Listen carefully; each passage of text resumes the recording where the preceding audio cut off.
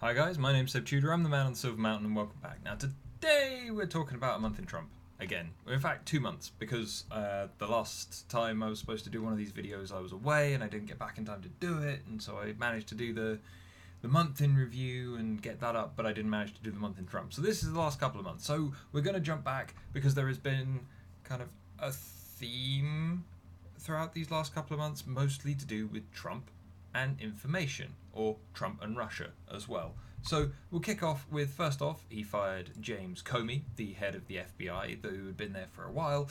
And then there was a big noise made about it, especially considering it seemed to be that Comey didn't know until he found out off the news from some of his colleagues in his office, so they hadn't actually informed him directly until after they had made the announcement at large, which seems kind of unprofessional and poor standards to me personally, but hey ho, there's that. And then lots of people were worried about this whole kind of investigation into Trump and the links to Russia and all this stuff that's happening around him, because he does seem to be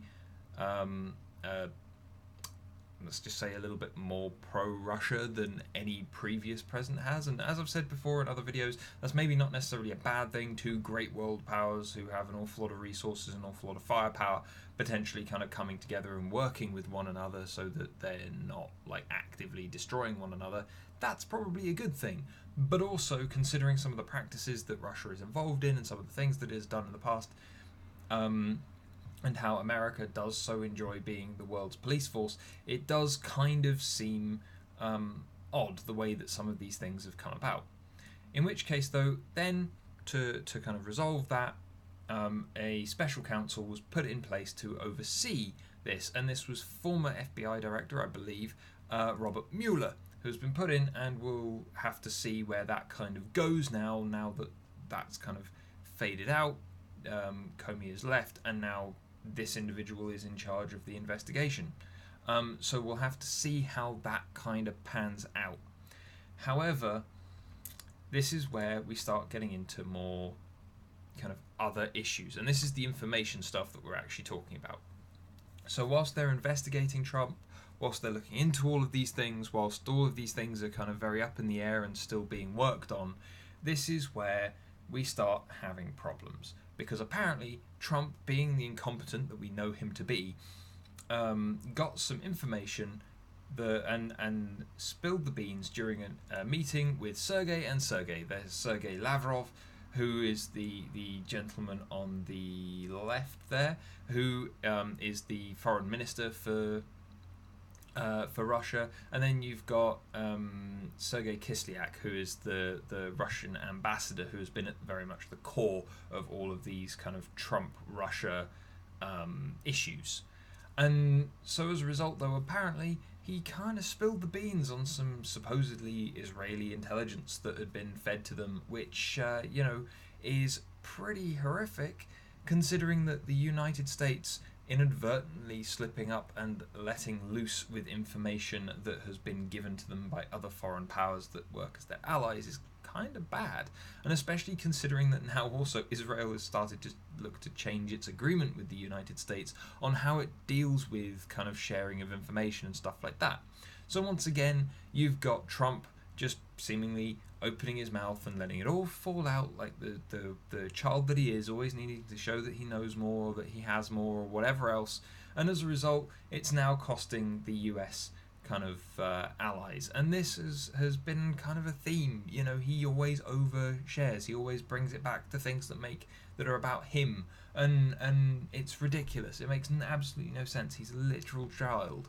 But this is where it then gets worse, because obviously we had the Manchester attacks, which informed some of the other videos that I've made this week, and it was a kind of another horrific attack that was kind of hard to deal with in a lot of different aspects, and has kind of highlighted some other things in various areas which I covered in my other videos.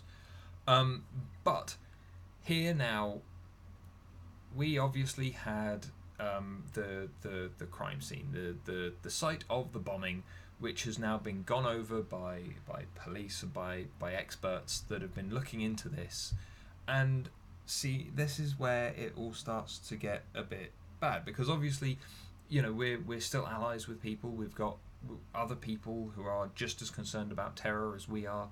France with its recent attacks. You've got America, who is always paranoid, and so on and so forth. And so as a result, some of that information was shared, and then some of that information was leaked, which again apparently had Theresa May bringing it up to Donald Trump. I believe it's the G7 summit that's recently gone on, and I believe it was there that this picture was taken, where they were actually having having a supposed discussion to one extent about these things and other things as well. But it's when you've got Theresa May also, who is an incredible authoritarian who loves to take away people's freedoms and control all of the information that they could possibly have, having that information then just suddenly slip out. And you've got Trump calling for investigations and probes into finding where these leaks are coming from, because he doesn't like leaks either. He only likes leaks when he's the one that makes them, and only then when he can make sure that he can kind of say, oh, but I never said this word, as he said when he met with Netanyahu recently on his kind of trip before heading towards the G7 summit. And yeah, it's a complete mess. But again, what do we expect? He's completely incompetent. The people around him don't really support him, but he makes an interesting figurehead that allows them to get what they want.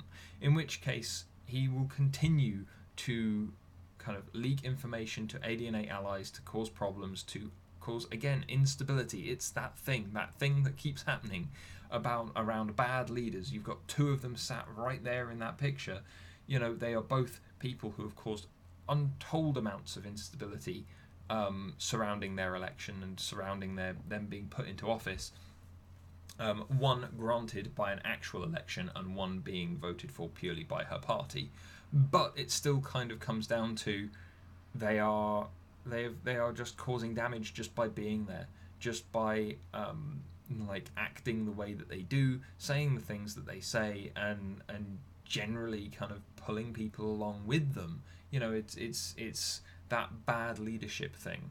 If you've got a leader that doesn't have a good vision, who doesn't have a solid understanding, who doesn't have the capacity to actually convince people instead of just trying to force them to do what they want, then you're screwed, plainly.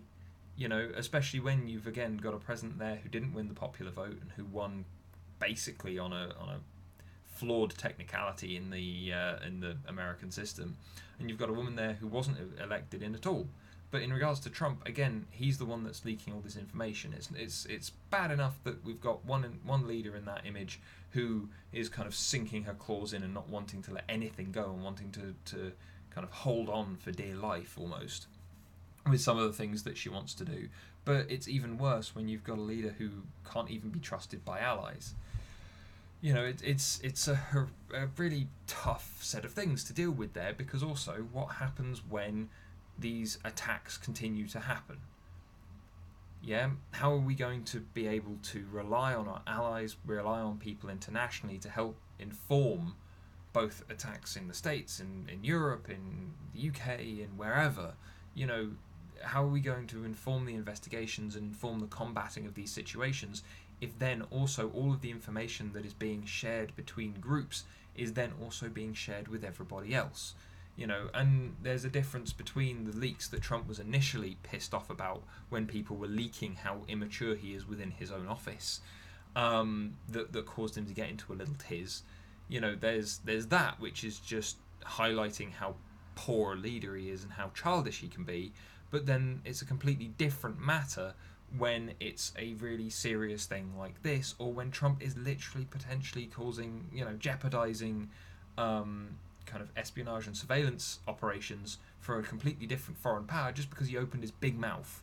It's really ridiculous. And then also, just to round it off, there are a couple of things that made me smirk at the G7 summit. One, of course, was the fact that big baby Trump had to push his way through a crowd, specifically shoving the Prime Minister of Montenegro, I believe his name is Dusko Markov, something like that, who in the footage, which you can find wherever. Just look for kind of Trump shoves G7 or something like that. But yeah, he didn't seem to mind. He seemed a little bit surprised, but Trump didn't even look at him to push past him. He just wanted to be out the front. He wanted to be the big special golden boy. He was the one that needed to be there. He's the one that needed to be in the center, have all the attention, and all the rest of it. And then, of course, there was Macron's treating of him. I'm still not entirely certain of Macron. I think he was the best option for the end of the race, the way that things panned out in France. But then, he very much kind of made a point of getting to Trump last, because obviously Trump is kind of used to trying to make sure that he's first and make a big noise about himself. But Macron treated him like a child, but then also Macron maybe wasn't the most mature about things, considering that when they had a handshake, Trump did his usual kind of like bully boy, kind of mob boss, grab him by the hand, not let him go, try and do his own thing. And Macron obviously didn't let him do that, and then he maybe took it a little far. It was maybe a little bit uncomfortably too long. He didn't teach Trump how to be appropriate. If anything, he fought back against Trump with Trump. And yeah, whilst it was fun to watch and whatever else, I didn't feel it was mature. I didn't feel like it was befitting of either leader, considering that, yeah, they're leaders. Hard to believe, but, acting like school kids and stuff like that, it was just a thing that the kind of cherry on the pie, cherry on the top for this month was just like the childishness of the leaders that we have. And like, again, I feel like there's a kind of element of, yeah, okay, it's somewhat cathartic, it's somewhat fun to watch and like interesting to see Trump potentially being kind of taken down a peg, even though he's going to completely ignore it and it won't sink in. But at the same time, it's not something that I felt was necessary, and it's sinking to his level, which no one should do. We've got shitty leaders. We've got a lot of shitty leaders. We need an awful lot of reform. We need an awful lot of more in the way of education, in the way of participation, in the way of actual looking at objective fact and systems that work and things like that and implementing them. But like sinking down to Trump's childish level when he got in on a really broken system that everyone can acknowledge is a broken system, and he has done an awful lot in his time in office. To an extent, he's made an awful lot of noise, he's done an awful lot of things, or at least he's tried to, thanks to the fact that he's got like so much backing, unlike kind of others previous, like Obama, who was having to run up against an awful lot of opposition for a lot of the things that he wanted to do, and he wanted to compromise, he wanted to work with the system, and it wouldn't let him. Trump hasn't had those concerns, and so he's just run in and started doing all kinds of things, whether it will work, whether it won't, whether it's good, whether it's bad. He's ignorant. If he wants it, he just does it, and that's a part of the problem with him. Yeah, and it's part of what makes him so unpredictable, unstable, and to a degree dangerous. But there you go, and I'd love to hear what you guys think. Again, like, Trump, he's kind of faded from the limelight that he was in to begin with, because he was making so much noise and doing so many stupid things. And like, I could continue to go and take a look at Paul Ryan, the response to the kind of healthcare bill that they're trying to continually push through and rework, and continue to just repeal Obamacare and do this new thing, even though it's detrimental and that's not what people are calling for.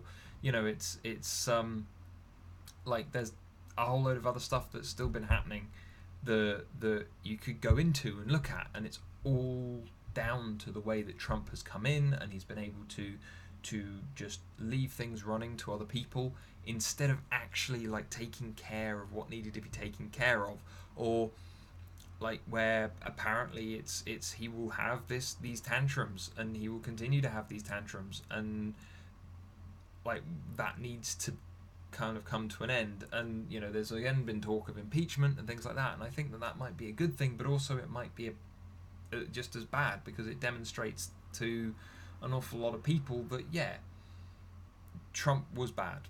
You can objectively look at what he's done, and you can see that in various ways. But at the same time, the next person that comes along might not be better, the whole impeachment route. You can't continue to impeach people until you're kind of happy.